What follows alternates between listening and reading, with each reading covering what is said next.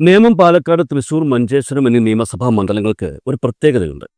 ഈ അടുത്ത കാലത്ത് ബി.ജെ.പിക്ക് അനുകൂലമായി വന്നിട്ടുള്ളതോ അല്ലെങ്കിൽ ബി.ജെ.പിക്ക് അനുകൂലമായി വരും എന്ന തോന്നൽ ഉണ്ടാക്കിയിട്ടുള്ളതോ ആയ മണ്ഡലങ്ങളാണ് ഇവ. ഒരു വർഷം കഴിഞ്ഞ്, അതായത് 2026 നടക്കാൻ പോകുന്ന നിയമസഭാ തിരഞ്ഞെടുപ്പിൽ ബി.ജെ.പി മുന്നേറ്റം ഉണ്ടാക്കുമെന്ന് പ്രതീക്ഷിക്കുന്ന മണ്ഡലങ്ങൾ കൂടിയാണിവ. എന്നാൽ ഈ 4 മണ്ഡലങ്ങൾ മാത്രമല്ല, ഈ ഗണത്തിലേക്ക് മറ്റൊരു മണ്ഡലം കൂടി സ്ഥാനം പിടിച്ചിട്ടുണ്ട്. എന്നുവച്ചാൽ ബി.ജെ.പി മുന്നേറ്റം ഉണ്ടാക്കും എന്ന് പ്രതീക്ഷിക്കുക മാത്രമല്ല, ബി.ജെ.പി വിജയിക്കുമെന്ന് തന്നെ പ്രതീക്ഷിക്കുന്ന സ്ഥലം. ഒരു കാലത്ത് CPM-ന്റെ ഉരുക്കു കോട്ടയായിരുന്ന ഒരു മണ്ഡലത്തെക്കുറിച്ചാണ് ബി.ജെ.പി പ്രാദേശിക നേതാക്കൾ ഈ അവകാശവാദങ്ങൾ ഉന്നയിക്കുന്നത്. സംഘപരിവാർ ശക്തികൾക്ക് മുന്നിൽ എന്നും പുറം തിരിഞ്ഞു നിന്നിട്ടുള്ള കേരളം 2016 ആദ്യമായി അവർക്ക് പിടികൊടുത്തത്. എന്നുവച്ചാൽ 2016 നടന്ന നിയമസഭാ തെരഞ്ഞെടുപ്പിൽ കേരളത്തിൽ നിന്ന് ആദ്യമായി ഒരു നിയമസഭാ സീറ്റിൽ ബി.ജെ.പിക്ക് വിജയിക്കാൻ കഴിഞ്ഞു.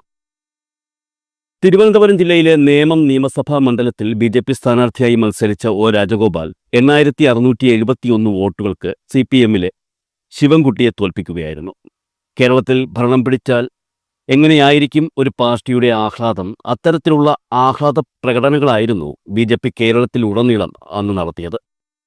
കാരണം ഞാൻ ആദ്യം പറഞ്ഞതുപോലെ സംഘപരിവാർ ശക്തികൾക്ക് മുന്നിലെന്നും പുറം തിരിഞ്ഞു നിന്നിട്ടുള്ള കേരളം ഒടുവിൽ അവരെ സ്വീകരിച്ചിരിക്കുന്നു എന്നുള്ളതായിരുന്നു ആ തിരഞ്ഞെടുപ്പിലുണ്ടായ വലിയ മാറ്റം.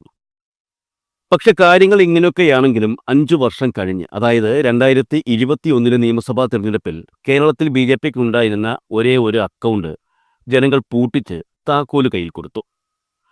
2016 ഒ. രാജഗോപാലിനോട് പരാജയം ഏറ്റുവാങ്ങിയ വി. ശിവൻകുട്ടി തന്നെ അവിടെ വീണ്ടും മത്സരിക്കുകയും വിജയിക്കുകയും ചെയ്തു. 2016 എന്തുകൊണ്ട് നേമം നിയമസഭാ മണ്ഡലത്തിൽ ബി.ജെ.പി വിജയിച്ചു എന്നുള്ളതും 2021 എന്തുകൊണ്ട് അവർക്ക് വിജയിക്കാൻ കഴിഞ്ഞില്ല എന്നുള്ളതും സംബന്ധിച്ച് നിരവധി വിശദീകരണങ്ങൾ ഉണ്ടായിട്ടുണ്ട്. ആ വിശദീകരണങ്ങളിൽ ഏറ്റവും കൂടുതൽ വിശ്വാസയോഗ്യമായി തോന്നിയിട്ടുള്ളത് 2021 കോൺഗ്രസ് നേരിട്ട് ആ മണ്ഡലത്തിൽ മത്സരിച്ചു എന്നുള്ളതാണ്. 2016 UDF അവരുടെ ഘടകകക്ഷിക്കാണ് ആ സീറ്റ് നൽകിയത്, അതായത് ജനതാദൾ യു പ്രതിനിധിയായ സുരേന്ദ്രൻ പിള്ളയ്ക്ക്. അന്ന് നേമത്ത് മത്സരിച്ച സുരേന്ദ്രൻ പിള്ള വെറും 13,860 വോട്ടുകളാണ് നേടിയത്. സ്വാഭാവികമായും അവിടെ ബി.ജെ.പി വിജയിക്കുകയും അതിൻ്റെ പേരിൽ കോൺഗ്രസ് ഉൾപ്പെടുന്ന UDF സംവിധാനം ഏറെ പഴി കേൾക്കുകയും ചെയ്തിരുന്നു. അതുകൊണ്ട് തന്നെ 2021 കോൺഗ്രസ് നേരിട്ട് ആ മണ്ഡലത്തിൽ മത്സരിക്കാനെത്തി. കോൺഗ്രസ് നേതാവ് കെ. മുരളീധരൻ നേമത്ത് മത്സരിക്കുകയും 36,284 വോട്ടുകൾ നേടി 3ാം സ്ഥാനത്തെത്തുകയും ചെയ്തു. ബി.ജെ.പിയുടെ കുമ്മനം രാജശേഖരൻ 3,949 വോട്ടുകൾക്ക് വി. ശിവൻകുട്ടിയോട് അന്ന് തോറ്റു. 2021 നിയമസഭാ തെരഞ്ഞെടുപ്പിൽ കേരളത്തിൽ ഒരു മണ്ഡലത്തിൽ പോലും ബി.ജെ.പിക്ക് വിജയിക്കാൻ കഴിയില്ല.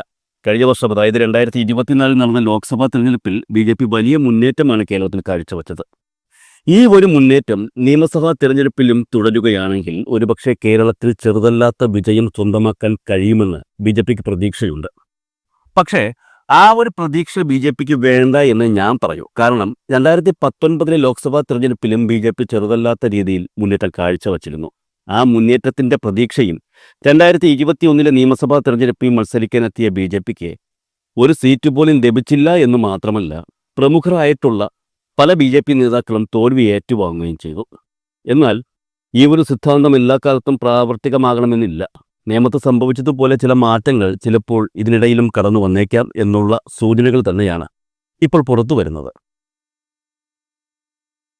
തിരുവനന്തപുരം ജില്ലയിലെ നേമം നിയമസഭാ മണ്ഡലം, തൃശൂർ ജില്ലയിലെ തൃശൂർ ലോക്സഭാ മണ്ഡലം, പാലക്കാട് നിയമസഭാ മണ്ഡലം, കാസർഗോഡ് ജില്ലയിലെ മഞ്ചേശ്വരം നിയമസഭാ മണ്ഡലം എന്നിവിടങ്ങളിൽ എല്ലാം ബി.ജെ.പി അവരുടെ സാന്നിധ്യം അറിയിച്ചു കഴിഞ്ഞു. കേരളത്തിൽ അങ്ങോളം ഇങ്ങോളം എടുത്താൽ അത്തരത്തിൽ നിരവധി നിയമസഭാ ലോക്സഭാ മണ്ഡലങ്ങൾ ബി.ജെ.പിയോട് ചേർന്ന് നിൽക്കുന്നതാണെന്ന് കാണാം. ഇതെല്ലാം നിയമസഭയിൽ വോട്ടായി മാറുമോ എന്ന് ചോദിച്ചാൽ അത് കണ്ടു തന്നെ അറിയേണ്ടി വരും. കാരണം കേരളത്തെ സംബന്ധിച്ച് ലോക്സഭാ തെരഞ്ഞെടുപ്പിൽ കാണുന്ന ഒരു രീതിയല്ല നിയമസഭാ തെരഞ്ഞെടുപ്പുകളിൽ ഉണ്ടാകുന്നത്. നിയമസഭാ തെരഞ്ഞെടുപ്പും ലോക്സഭാ തെരഞ്ഞെടുപ്പും കേരളത്തിലെ ത്രിതല പഞ്ചായത്ത് തെരഞ്ഞെടുപ്പുമായി യാതൊരു ബന്ധവും കാണില്ല എന്നുള്ളതും നമുക്കെല്ലാവർക്കും അറിയാം. എങ്കിലും ചില നിയമസഭാ മണ്ഡലങ്ങൾ അടുത്ത തവണ കേരളത്തിലെ ഇടതു വലത് മുന്നണികൾക്ക് ചെറിയ രീതിയിലെങ്കിലും ഭീഷണിയാകും എന്ന് തന്നെയാണ് കരുതപ്പെടുന്നത്. അതിലൊരു മണ്ഡലത്തെക്കുറിച്ചാണ് ഞാൻ തുടക്കത്തിൽ സൂചിപ്പിച്ചത്. ആലപ്പുഴ ജില്ലയിലെ കായംകുളം നിയമസഭാ മണ്ഡലം. 2026 നിയമസഭാ തെരഞ്ഞെടുപ്പിൽ ഉറപ്പായും വിജയിക്കുമെന്ന് ബി.ജെ.പി പ്രതീക്ഷിക്കുന്ന ഒരു മണ്ഡലം കൂടിയാണ് കായംകുളം നിയമസഭാ മണ്ഡലം. കാരണം ഇത്തവണത്തെ ലോക്സഭാ തെരഞ്ഞെടുപ്പിൽ BJP മണ്ഡലത്തിൽ വലിയ മുന്നേറ്റമാണ് കാഴ്ചവെച്ചത്. ലോക്സഭാ തെരഞ്ഞെടുപ്പിലെ ട്രെൻഡ് അനുസരിച്ച് കോൺഗ്രസ് ആയിരുന്നു ഈ മണ്ഡലത്തിൽ ഒന്നാമത് എത്തിയതെങ്കിലും അതിന് തൊട്ടുപിറകിൽ സ്ഥാനം പിടിക്കാൻ BJPക്ക് കഴിഞ്ഞു. 2021 നിയമസഭാ തെരഞ്ഞെടുപ്പിൽ ഇടതുപക്ഷം വിജയിച്ച മണ്ഡലമാണിതെന്നുകൂടി ഓർക്കണം. മാത്രമല്ല ഇത്തവണ ഇടതുപക്ഷം 3ാം സ്ഥാനത്തേക്ക് പോവുകയും ചെയ്തു. ലോക്സഭാ തെരഞ്ഞെടുപ്പിലെ രീതി വച്ച് നോക്കുകയാണെങ്കിൽ 2024 നിയമസഭാ തെരഞ്ഞെടുപ്പിൽ BJPക്ക് നേമം മണ്ഡലത്തേക്കാൾ പ്രതീക്ഷ ഇവിടെയുണ്ട്. ഏതൊരു മണ്ഡലത്തിലെയും വിജയത്തിന് സ്ഥാനാർത്ഥിയും ഒരു നിർണായക ഘടകമാണ്. കഴിഞ്ഞ ചില തെരഞ്ഞെടുപ്പുകളിൽ കേരളത്തിൽ തുടർച്ചയായി വോട്ട് വർദ്ധിപ്പിച്ചുകൊണ്ടിരിക്കുന്ന BJP സ്ഥാനാർത്ഥി ആര് എന്ന് ചോദിച്ചാൽ അതിനുത്തരം ശോഭാ സുരേന്ദ്രൻ എന്നാണ്. കഴിഞ്ഞ തവണ ആലപ്പുഴ ലോക്സഭാ മണ്ഡലത്തിൽ ആയിരുന്നു ശോഭ മത്സരിച്ചത്. ഏകദേശം 3 ലക്ഷത്തോളം വോട്ടുകൾ ശോഭാ സുരേന്ദ്രന് ആലപ്പുഴയിൽ സ്വന്തമാക്കാൻ കഴിഞ്ഞു. കൃത്യമായി പറഞ്ഞാൽ 2,99,648 വോട്ടുകൾ. ഇതിൽ ഏറ്റവും കൂടുതൽ ശ്രദ്ധേയം ആലപ്പുഴ ലോക്സഭാ മണ്ഡലത്തിൽ ഉൾപ്പെടുന്ന കായംകുളം നിയമസഭാ മണ്ഡലത്തിൽ ശോഭ നേടിയ വോട്ടുകളുടെ എണ്ണമാണ്. കോൺഗ്രസ് സ്ഥാനാർത്ഥി KC വേണുഗോപാലിന്റെ തൊട്ടുപിറകിൽ അദ്ദേഹത്തെക്കാളും 1400 വോട്ടുകൾ മാത്രമാണ് ശോഭയ്ക്ക് കുറച്ചു നേടാനായത്. CPMയുടെ 3ാം സ്ഥാനത്തേക്ക് തള്ളപ്പെടുകയും ചെയ്തു. ശോഭാ സുരേന്ദ്രനേക്കാൾ 755 വോട്ടുകൾക്ക് പിന്നിലായിരുന്നു ഇടതുപക്ഷ സ്ഥാനാർത്ഥി ആരിഫ്. സ്വാഭാവികമായും ഈ ഒരു വോട്ടിംഗ് പാറ്റേൺ ആണ് സത്യത്തിൽ അവിടെ CPMനെ ഭയപ്പെടുത്തുന്നത്. 2016 2021 കായംകുളം നിയമസഭാ മണ്ഡലത്തിൽ മത്സരിച്ച CPMലെ പ്രതിഭ വിജയിച്ചിരുന്നു. 2016 പ്രതിഭ നേടിയ വോട്ടുകളേക്കാൾ കുറവായിരുന്നു 2021 അവർക്ക് നേടാനായത്. കായംകുളം നിയമസഭാ മണ്ഡലത്തിൽ NDA മുന്നണിക്കായി മത്സരിക്കുന്നത് BDJS ആണ്. നിയമസഭാ തെരഞ്ഞെടുപ്പുകളുടെ കാര്യമെടുത്ത് പരിശോധിച്ചാൽ അത്ര വലിയ മുന്നേറ്റമൊന്നും BDJS കായംകുളത്ത് ഉണ്ടാക്കിയിട്ടില്ല. എന്നാൽ ലോക്സഭാ തെരഞ്ഞെടുപ്പിൽ കാര്യമതല്ല. ഇക്കഴിഞ്ഞ ലോക്സഭാ തെരഞ്ഞെടുപ്പിൽ ശോഭാ സുരേന്ദ്രൻ ആലപ്പുഴയിൽ ഏത് രീതിയിൽ മുന്നേറ്റം ഉണ്ടാക്കിയോ അതേ രീതിയിൽ തന്നെ കായംകുളത്തും വലിയൊരു മുന്നേറ്റം സൃഷ്ടിച്ചിരുന്നു. ചുരുക്കി പറഞ്ഞാൽ നിയമസഭാ തെരഞ്ഞെടുപ്പിൽ കായംകുളത്ത് ശോഭാ സുരേന്ദ്രനെ മത്സരിപ്പിക്കണമെന്നാണ് BJP ആവശ്യപ്പെടുന്നത്. BJP പ്രാദേശിക നേതൃത്വത്തിന്റെ ഈ ആവശ്യം പരിഗണിക്കപ്പെട്ടാൽ കായംകുളത്ത് ഒരുപക്ഷെ മാറ്റങ്ങൾ സംഭവിച്ചേക്കുമെന്ന് തന്നെയാണ് രാഷ്ട്രീയ നിരീക്ഷകരുടെ വിലയിരുത്തലും.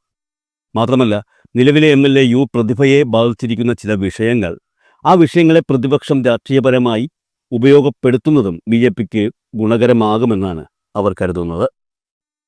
CPMനെ സംബന്ധിച്ച് ആലപ്പുഴ ജില്ല വളരെയേറെ പ്രാധാന്യമുള്ള ഒന്നാണ്. എന്നാൽ അതേപോലെ തന്നെ CPMൽ ഏറ്റവും കൂടുതൽ വിഭാഗീയത തലപൊക്കി നിൽക്കുന്നതും ഈ ജില്ലയിൽ തന്നെയാണ്. CPMന്റെ വിഭാഗീയതയുടെ ഏറ്റവും വലിയ ഉദാഹരണമാണ് കായംകുളം മണ്ഡലവും. ഈ വിഭാഗീയത തന്നെയാണ് LDFനെ അവിടെ നിരാശയിൽ കൊണ്ടെത്തിക്കുന്നതും അതുപോലെ BJPയെ പ്രതീക്ഷയിൽ ഉയർത്തുന്നതും. ലോക്സഭാ തെരഞ്ഞെടുപ്പിൽ കായംകുളം നിയമസഭാ മണ്ഡലത്തിൽ ഭൂരിപക്ഷം നേടിയത് കോൺഗ്രസ് ആയിരുന്നെങ്കിലും കായംകുളം നിയമസഭാ തെരഞ്ഞെടുപ്പുകളിൽ കോൺഗ്രസ് ഒരു വലിയ മുന്നേറ്റം ഇതുവരെ ഉണ്ടാക്കിയിട്ടില്ല. അതുകൊണ്ട് തന്നെ എന്തുകൊണ്ടും അനുകൂലമായ സാഹചര്യമാണ് BJPക്ക് കായംകുളത്ത് ഉള്ളതെന്ന് തന്നെ ചില രാഷ്ട്രീയ നിരീക്ഷകരും കരുതുന്നുണ്ട്.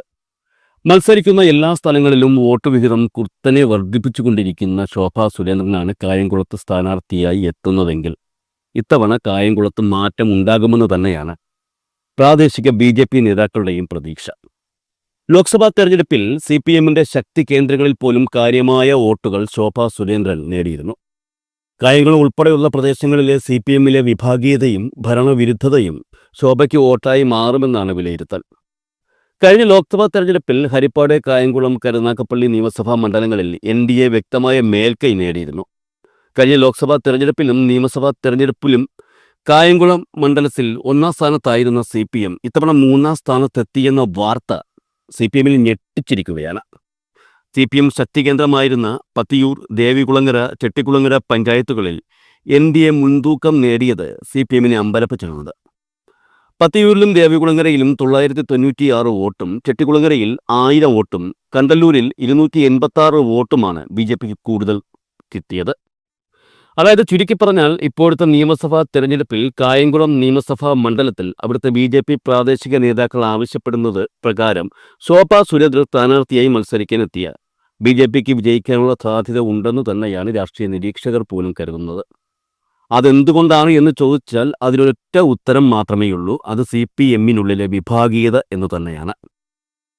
ഓരോ തിരഞ്ഞെടുപ്പിലും BJPക്ക് കൂടുതൽ സാധ്യത കൽപ്പിക്കപ്പെടുന്നത് നേമം, പാലക്കാട്, മഞ്ചേശ്വരം, തൃശൂർ എന്നിവിടങ്ങളിലൊക്കെയാണ്. ഇത്തവണ അതിൽ കായംകുളം എന്ന പേര് കൂടി ചിലപ്പോൾ എഴുതി ചേർക്കേണ്ടി വരുമോ എന്നുള്ളതാണ് BJP ഉറ്റുനോക്കുന്നതും CPM ഭയക്കുന്നതും.